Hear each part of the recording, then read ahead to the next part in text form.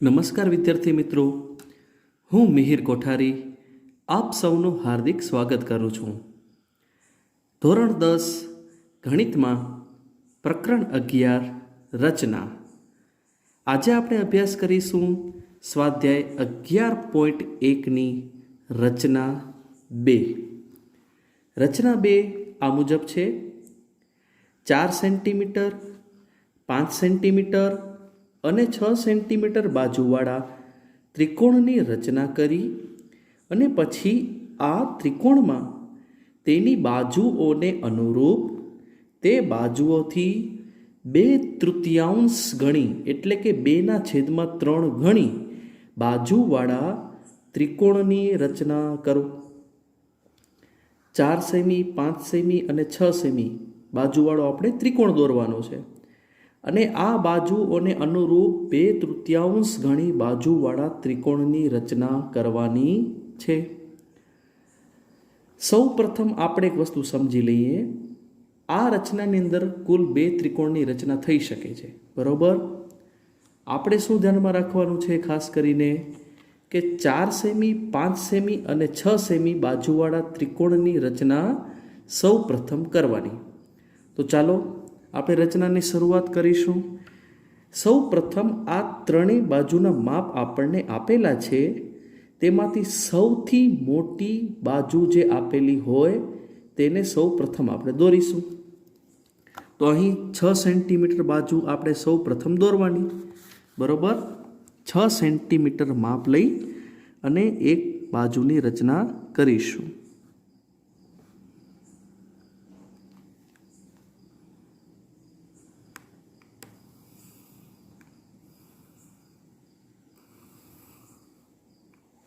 આવી રીતે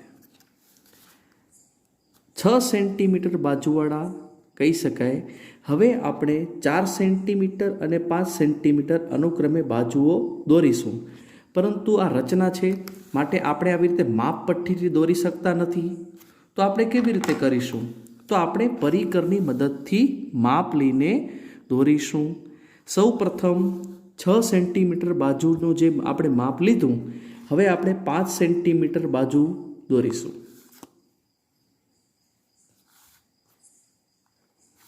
આપણે માપ લેવાનું 5 સેન્ટીમીટર. પરિકરની અણી અને પેન્સિલની અણી 5 અને 0 ઉપર અનુક્રમે રાખવાની હોય અને માપ લેવાનું છે. માપ ચોક્કસ આવે તેની આપણે પૂરી કાળજી રાખવાની હોય. રચનાની અંદર જેટલી આપણી ચોકસાઈ હશે તેટલી રચના પરફેક્ટ દોરાશે. હવે આ આપણે જે 5 સેન્ટીમીટરનું માપ લીધું, બરાબર? આ રેખાખંડને આપણે નામ આપી દઈએ રેખાખંડ BC, જે કેટલા સેમીનો છે? 6 સેમીનો, બરાબર? હવે આ જે આપણે માપ લીધું એ 5 સેમીનું લીધું, બરાબર? તો હવે આ 5 સેમીના માપનો જે ચાપ છે એ બિંદુ B પરથી આમ દોરવાનું. સમજાય છે વિદ્યાર્થી મિત્રો? હવે એના પછીની આપણી જે બાજુ છે એ છે 4 સેન્ટીમીટરની. તો આપણે 4 સેન્ટીમીટરનું માપ લેવાનું આવી રીતે.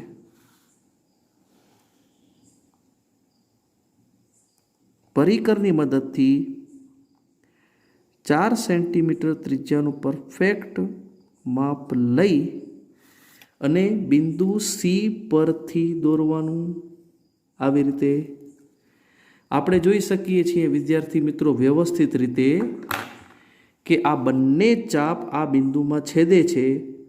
તો આ છેદ બિંદુ સાથે આ બિંદુ B અને બિંદુ C ને આપણે જોડી દઈશું એટલે ત્રિકોણની રચના થઈ જશે, બરાબર?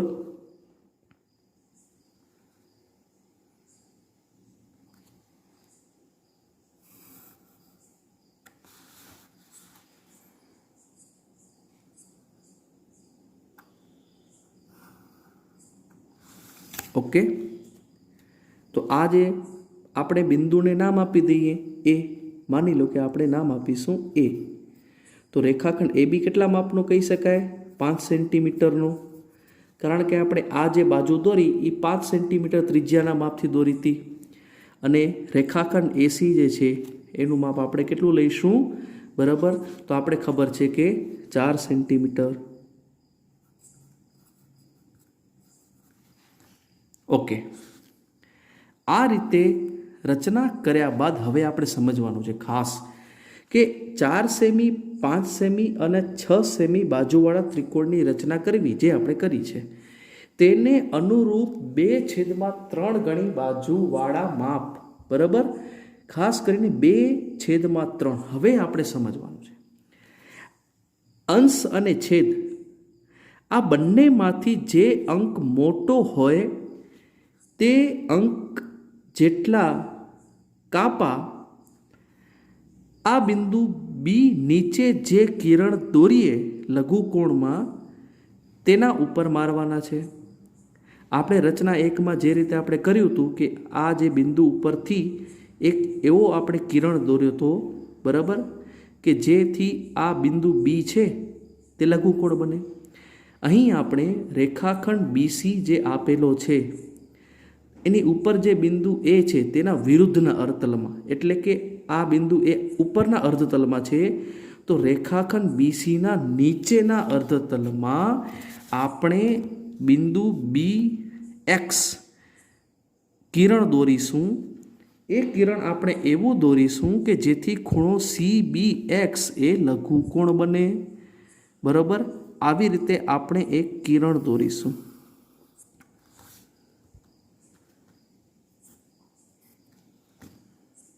બરાબર? હવે આ કિરણ જે આપણે દોર્યું છે, બરાબર, આ કિરણ પર આપણે 2/3 જે આપણે ગુણોત્તર આપ્યો છે, તો આ બંને ગુણોત્તરમાં સૌથી મોટો અંક કયો છે? 3. તો આ રેખાખંડ ઉપર આપણે, બરાબર, આ બીસી રેખાખંડ છે એના ઉપરથી આપણે કહી શકીએ ખૂણો સી બી એક્સ આપણે નામ આપી દઈશું.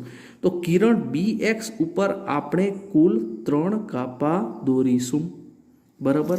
કેટલું માપ લેવાનું? પરિકરની મદદથી, પરિકરથી આપણે દોરીશું.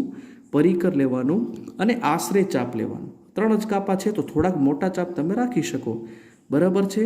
કેના ઉપરથી આપણે દોરવાનું છે વિદ્યાર્થી મિત્રો ખાસ કરીને, બરાબર? તો આપણે સરળતાથી સમજી શકીએ કે બિંદુ બી પરથી,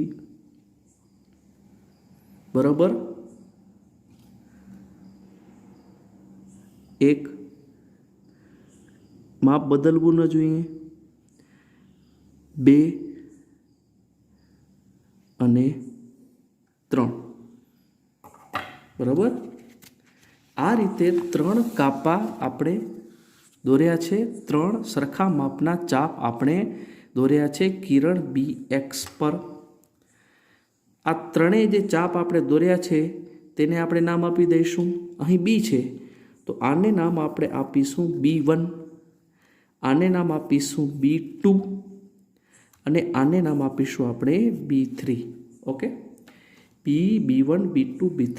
હવે આપણે ખાસ સમજવાનું છે વિદ્યાર્થી મિત્રો, આના પછીની સ્વાધ્યાય 11.1ની દરેક રચનાઓ આ મેથડની જ છે. માટે ખરેખર આપણે જો આ નંબર 2 બીજા નંબરની રચનામાં આ જે સિસ્ટમ સમજી લઈએ તો આ રચના પછીની દરેક રચના ખૂબ સરળ બની જશે. સમજવાનું શું છે, એક જે ત્રિકોણ શરૂઆતમાં આપણે રચ્યો 4 સેમી, 5 સેમી અને 6 સેમી બાજુવાળો, બરાબર, તે તો આપણે એકદમ ઇઝીલી દોર્યો જ છે. પછી શું કરવાનું, એક અહીં કિરણ લઘુકોણ જે આ ખૂણો બને તે રીતે દોરવાનો છે. તેના ઉપર કેટલા ચાપ દોરવાના? તો અંશ અને છેદ આ આપેલા હોય 2/3 જે ગુણોત્તર આપેલો છે તે આ બંને અંકમાંથી સૌથી મોટો અંક હોય તેટલા કાપા મારવાના. ભલે ને અંશમાં હોય કે છેદમાં હોય, તે કોઈ મહત્વની બાબત નથી. 3 છેદમાં છે તો 3 કાપા મારે, કદાચ 3 અંશમાં હોત તો પણ 3 કાપા જ મારે હોત. પણ હવે આપણે ખાસ સમજવાનું છે, આપણે જે સૌથી પહેલો, બીજો ને ત્રીજો, હવે આપણે આ ત્રિકોણનું જે બિંદુ છે સી, આ સી બિંદુ સાથે આપણે અહીં કહી શકાય કે કયા ચાપને જોડીશું, B1, B2 કે B3? તો આપણે ખાસ સમજવાનું વિદ્યાર્થી મિત્રો, છેદમાં જે અંક છે છેદમાં તેને આપણે આ સી બિંદુ સાથે જોડવાનો. ફરીથી રિપીટ કરીશ, આ બંને અંક જે ગુણોત્તર આપેલો છે આમાંથી જે મોટો અંક હોય તેટલા કાપા આ કિરણ પર મારવાના. તે બાબત તો સરળ જ છે. હજી પણ એક વસ્તુ આપણે સમજી લઈએ. પછી આપણે સૌ પ્રથમ આ બિંદુ સાથે જે આપણે જે જોઈન્ટ કરવાનો છે રેખાખંડ, તે કયા ચાપને દોરવાનો, કયા ચાપને જોડવાનો? તો જે છેદમાં આપેલો છે, છેદ એમ યાદ રાખવાનો, છેદ એ ખાસ યાદ રાખો. છેદમાં કેટલો અંક છે વિદ્યાર્થી મિત્રો? 3. તો આપણે B3 ને C સાથે જોડીશું. આ આપણે ખાસ યાદ રાખીએ વિદ્યાર્થી મિત્રો, બરાબર? તો આપણે અહીં એક કામ કરીએ, બિંદુ C સાથે B3 ને જોડીશું. Very easy. ઓકે. હવે આપણે ખાસ સમજવાનું છે કે આ B3 ને C સાથે જોડ્યા બાદ આપણે B3 પરથી એક આશરે કોઈ પણ અનુરૂપ માપનો ચાપ B3 પરથી આપણે મારવાનો છે. આવી રીતે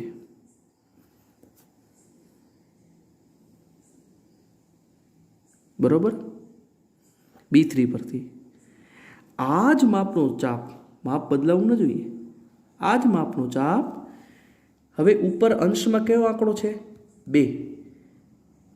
3 પહેલા 2 આવે છે એવું વિચારવાનું નથી, અંશનો આંકડો જોવાનો, ગમે તે હોઈ શકે.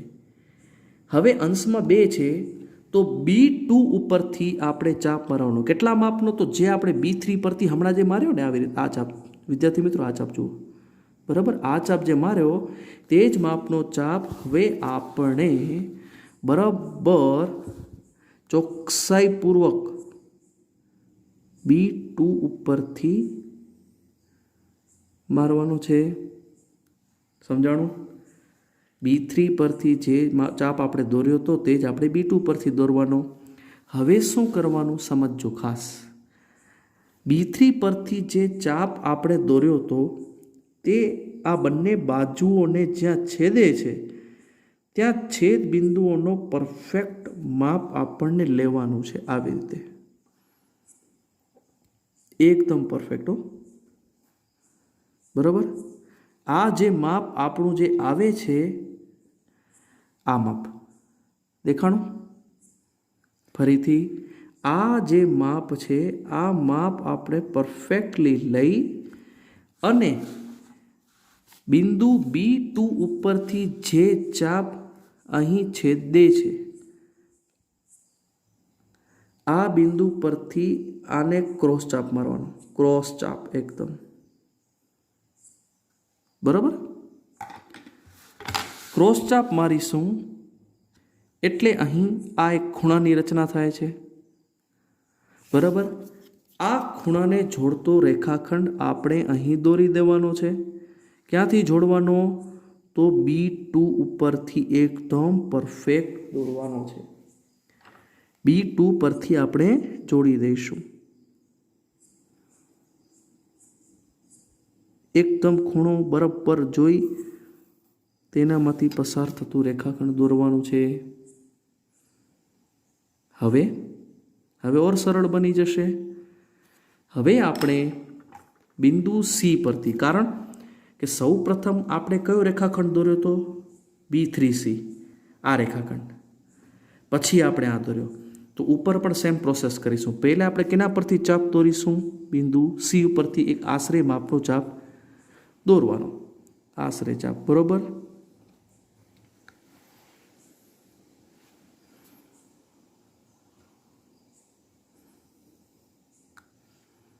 આને આ માપનો ચાપ ફરીથી આપણે આ બિંદુ પરથી દોરીશું. આ બિંદુને આપણે કોઈ પણ નામ આપી શકીએ. આ જે બિંદુ પરથી દોર્યું એને આપણે નામ આપી દઈએ B2 અને E. C પરથી ચાપ દોરી, એ જ માપનું ચાપ આપણે કેના પરથી દોર્યું? E પરથી.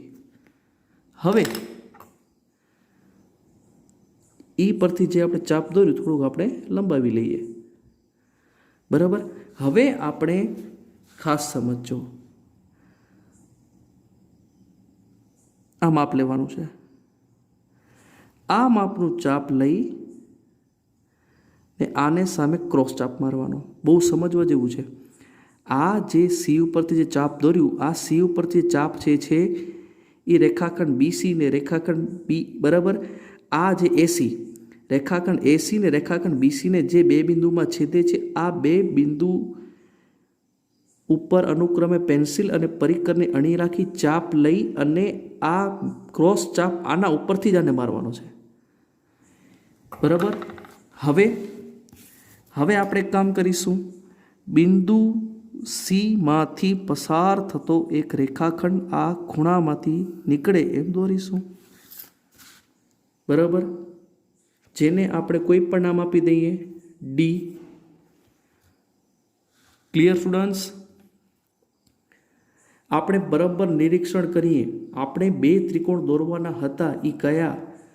તો મૂળ ત્રિકોણ આપણે દોર્યો તો, બરાબર, જોજો એ બી અને સી, એને અનુરૂપ 2/3 ગણી બાજુવાળો તે ત્રિકોણ આ રહ્યો ડી બી ઈ. તો એબીસી એ ત્રિકોણ એ બી સી કરતાં ત્રિકોણ ડી બી ઈ નાનો છે. પ્રેક્ટિકલી વિદ્યાર્થી મિત્રો આપણે રચના સમજશું તો આપણી ભૂલ નહીં પડે. કેવી રીતે? તમે અહીં જુઓ, ગુણોત્તર કેટલો છે? 2/3. અંશ છેદ કરતાં કહી શકાય નાનો છે. હંમેશા યાદ રાખવાનું, અંશ એટલે આ લીટીની ઉપર રહેલી સંખ્યા, બરાબર, છેદ એટલે લીટીની નીચે છે એ સંખ્યા, બરાબર. અંશ જો છેદ કરતાં નાનો હોય તો જવાબ 1 કરતાં નીચે જાય. તો મતલબ કે આપણે સમજીએ, ત્રિકોણ એબીસીને આપણે એનું પ્રમાણમાં 1 જેમ ગણીએ, કાંઈ પણ માની લો કે 1 ચોરસ સેન્ટીમીટર કે ગમે તે, બરાબર છે. તો હવે એને અનુરૂપ જે ત્રિકોણ છે એનો અંશ છેદ કરતાં નાનો છે, મતલબ કે તેના કરતાં નાનો જ હોય. આના પછીની રચનાઓ જોશું, એનામાં એવું બનશે કે છેદ એ અંશ કરતાં નાનો હશે, મતલબ કે અંશ મોટો હશે તો પછી આ મૂળ ત્રિકોણ કરતાં એ ત્રિકોણ વધે, બરાબર. હવે આપણે સમજીએ ફરીથી, 4 સેમી, 5 સેમી અને 6 સેમી બાજુવાળા ત્રિકોણની રચના કરી. એ બીસી આપણે 6 સેમી દોર્યો, એ બી 5 સેમી દોર્યો અને ખાસ કરીને આપણે જે એસી છે એ 4 સેમીની રચના કરી. ત્યારબાદ એક બી, અહીંયા કને ખૂણો બી એટલે કે સી બી એક્સ લઘુકોણ બને તે રીતે કિરણ બી એક્સ દોર્યું. ખાસ કરીને આપણે આજે ગુણોત્તરમાં આ બંને અંકમાંથી જે અંક મોટો હોય એટલે કે 3 મોટો છે તો તેટલા ચાપ આપણે કિરણ બી એક્સ પર દોર્યા, 1, 2 અને 3, બરાબર. એના પછી શું કર્યું? છેદમાં જે અંક છે, છેદમાં 3, તો કાપા એટલે કે ચાપ B3 ને આપણે સી સાથે જોડ્યું. હવે અહીંયા બહુ ધ્યાન રાખજો વિદ્યાર્થી મિત્રો, જો તમે ભૂલથી સૌથી પહેલે તમે જો B2 ને સી સાથે જોડી દેશો, B2 ને ભૂલમાં 2 ને તમે એટલે કે B2 ને સી સાથે જોડશો તો રચના ખોટી થશે. ખાસ ધ્યાન રાખવાનું છે, સૌથી મોટો અંક હોય તેટલા ચાપ મારવાના, પણ જોડવાનો કયા? તો ખાસ કરીને છેદમાં જે અંક હોય તેને જોડવાનું. ઓકે, એના પછી આપણે શું કર્યું? તો જેના સાથે આપણે આ રેખાખંડ સૌપ્રથમ જોડ્યો એટલે કે B3 ઉપરથી આપણે આશરે ખૂણો દોર્યો, ચાપ દોર્યું.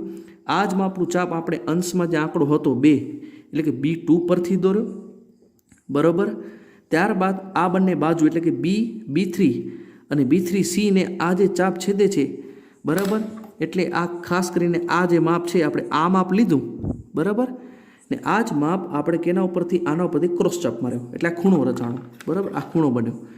આ ખૂણાને આપણે B2 માંથી પસાર કરી એટલે કે B2E આપણે રેખાખંડ દોર્યો, બસ પછી સરળ બની ગયું. આને આ પ્રોસેસ ઉપર કરી, સી ઉપરથી ચાપ દોર્યો, આને આ માપનો ચાપ વળી પાછો E ઉપરથી પણ દોર્યો. પછી કહી શકાય કે BC અને AC આ બંને બાજુએ આ જે ખૂણો જે કહી શકે કે ચાપ જે છેદે છે તો આ પ્રમાણ માપ લઈ અને વળી પાછો આ બિંદુ પછી ક્રોસ ચાપ માર્યો અને રેખાખંડ DE દોર્યો. તો આપણે છેલ્લે કહી શકીએ કે ત્રિકોણ ABC ને બાજુઓને અનુરૂપ 2/3 ગણી બાજુવાળો ત્રિકોણ DBE છે, બરાબર, બિલકુલ સરળ છે. હવે આપણે સમજીશું રચનાના મુદ્દા.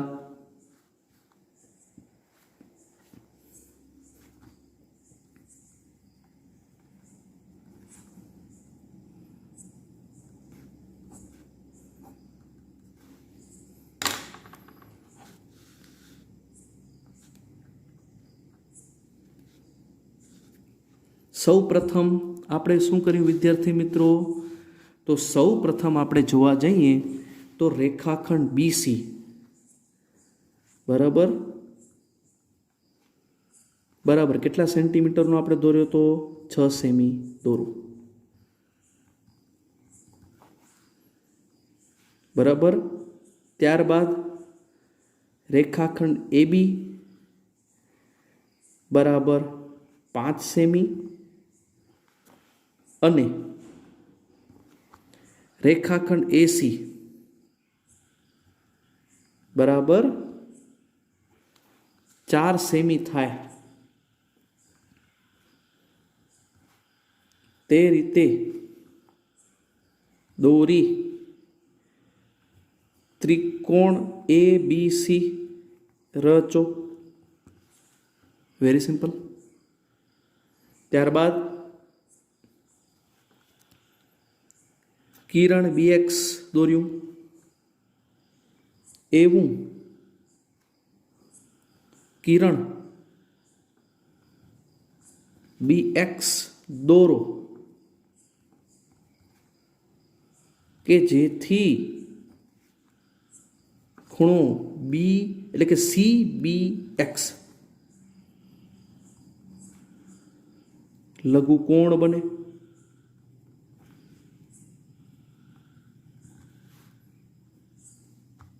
કિરણ બી એક્સ પર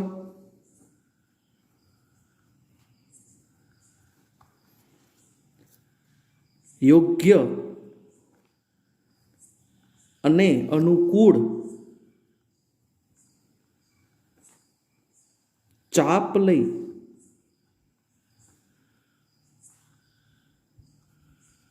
B1 બરાબર B1 B2 બરાબર B2 B3 થાય.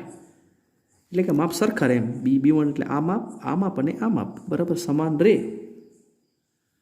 તેવા બિંદુઓ B1 B2 અને B3 લો. ઓકે, પછી શું કર્યું? રેખાખંડ B3C દોર્યો એટલે કે જોડ્યો. રેખાખંડ BC3 દોરો, બરાબર. પછી શું કર્યું કે રેખાખંડ B3C ને સમાંતર આપણે કયો દોર્યો? રેખાખંડ B2E, બરાબર. રેખાખંડ B3C ને સમાંતર રેખાખંડ B2E દોરો અને રેખાખંડ AC ને સમાંતર રેખાખંડ DE દોરો. ત્રિકોણ DBE, ત્રિકોણ DBE ની રચના થાય છે.